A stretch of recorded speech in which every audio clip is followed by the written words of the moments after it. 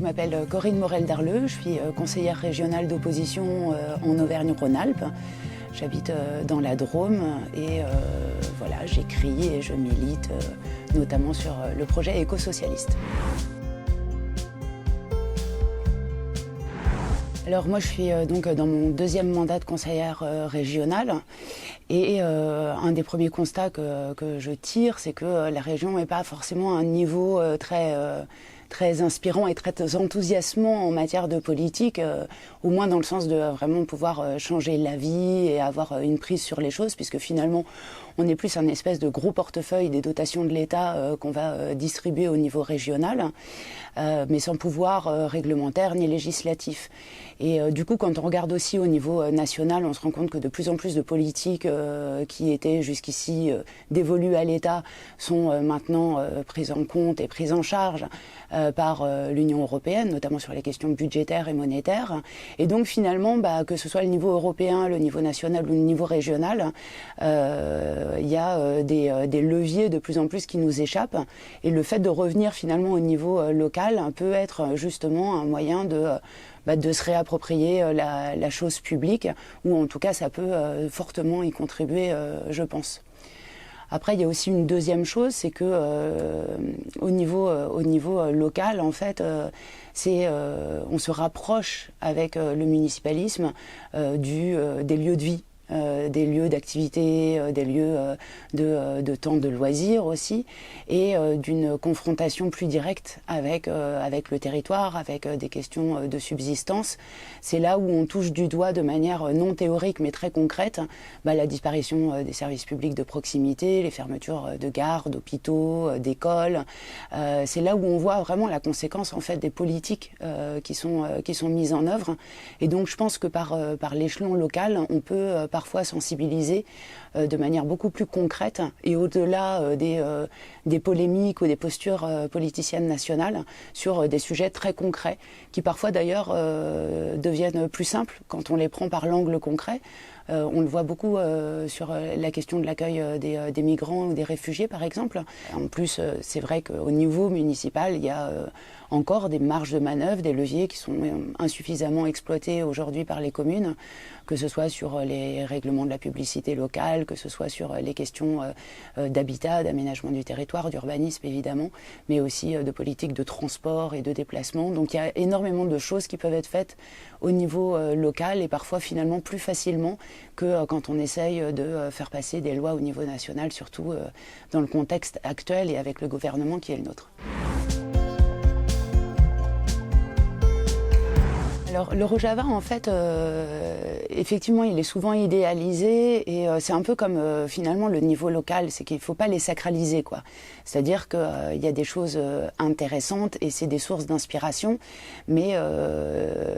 on ne peut pas les réduire à des exemples parfaits. Ce qui se passe au Rojava aujourd'hui, donc, et dans toute la Syrie maintenant du nord et de l'est, est extrêmement intéressant d'un point de vue notamment du municipalisme, parce que c'est là où se met en place de manière assez inédite ce qu'on appelle le municipalisme libertaire, qui a été notamment théorisé par Murray Bookchin aux États-Unis, en lien avec les questions d'écologie radicale. Et c'est une autre forme d'organisation démocratique de la société qui se met en place, puisque c'est un territoire qui s'est déclaré de facto autonome en Syrie, qui ne dispose donc pas d'un État et qui ne souhaite pas disposer d'un État, et dont le projet politique repose justement sur des principes d'autogouvernement, avec une démocratie à la base qui part d'un premier noyau qu'on appelle la commune, alors qui n'est pas la commune au sens municipal de la ville tel qu'on le connaît ici, mais qui est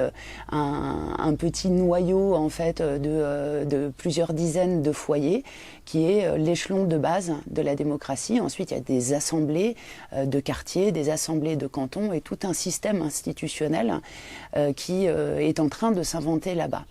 Alors après, avec des limites et des difficultés qui sont liées au fait que c'est un territoire qui est en guerre quasi permanente, qui est menacé de toutes parts, à la fois par le régime de Bachar el-Assad, mais aussi par l'armée turque et avec des relations compliquées au niveau de la frontière irakienne avec le Kurdistan irakien. Donc dans lequel il faut bien comprendre qu'on est sur une zone de conflit, une zone de pénurie aussi très importante, et que dans ce contexte-là, quelque chose d'aussi évident pour nous que la tenue d'élections, par exemple, au suffrage universel, rien que ça, c'est compliqué à mettre en œuvre. Donc c'est des choses qui se mettent en place bon an, mal an, mais qui se mettent en place surtout, et je crois que c'est important de le dire, sur la base d'un projet politique révolutionnaire qui repose sur le municipalisme libertaire, mais qui repose aussi sur des notions de féminisme, d'écologie, de socialisme au sens historique du terme. Et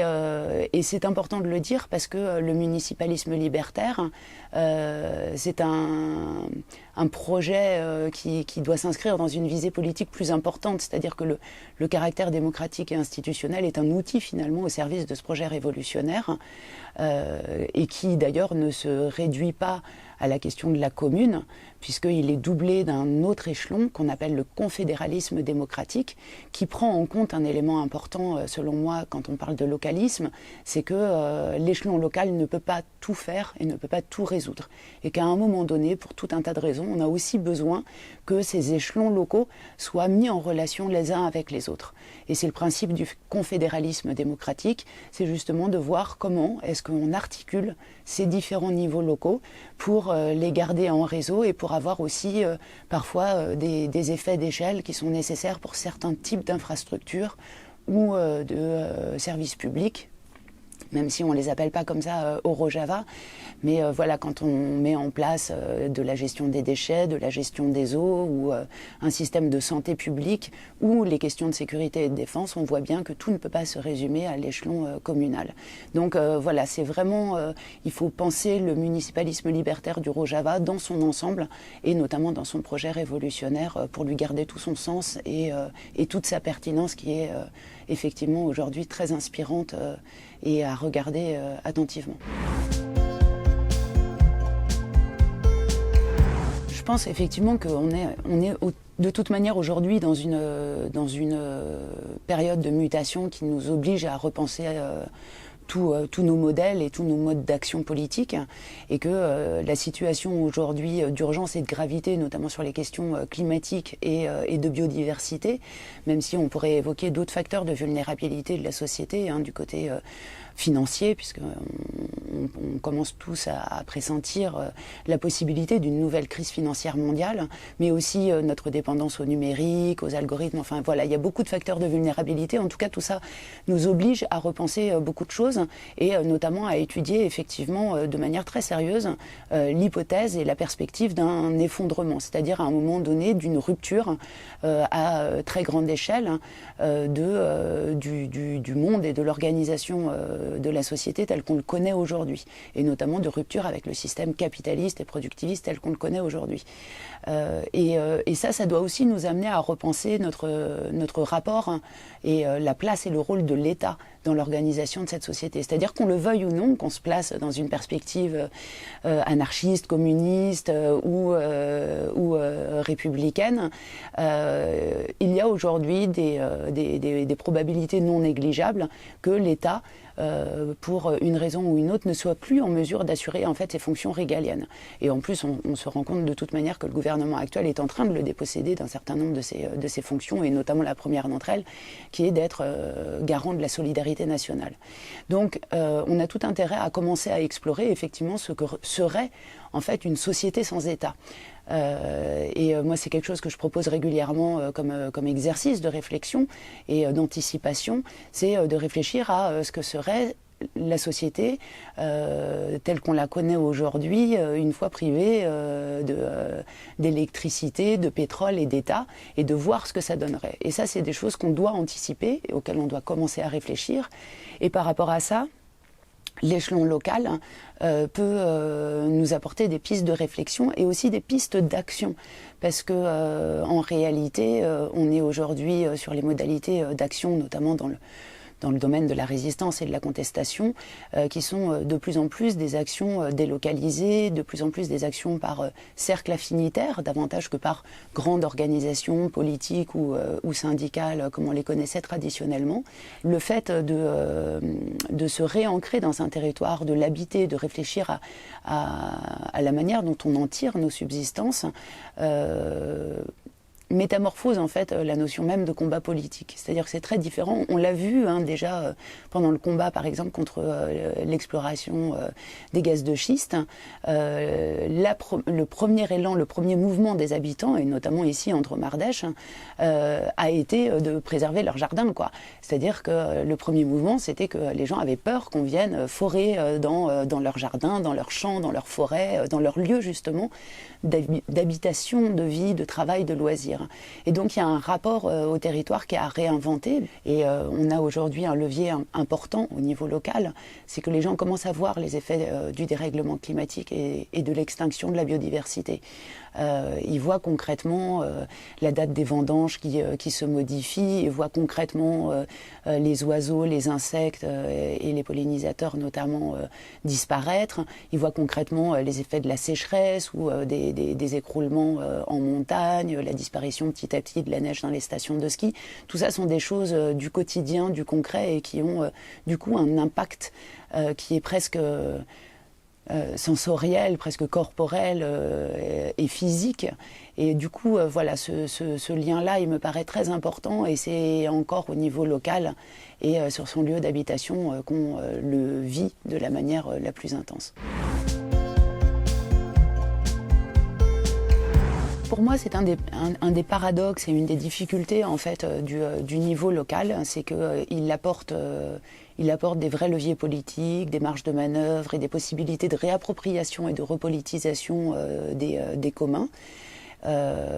Et en même temps, il a aussi des limites qu'il faut pas passer sous silence. C'est-à-dire que concrètement, voilà, la proximité dans un village ou dans une petite ville notamment, elle est aussi source de conflits, elle est aussi source de promiscuité, elle est aussi source de blocage politique, souvent. Et donc, voilà, il faut les prendre en compte et une fois de plus, ne pas sacraliser le local. Parce que cette proximité-là, même d'un point de vue électoraliste, elle est parfois aussi un peu sclérosante.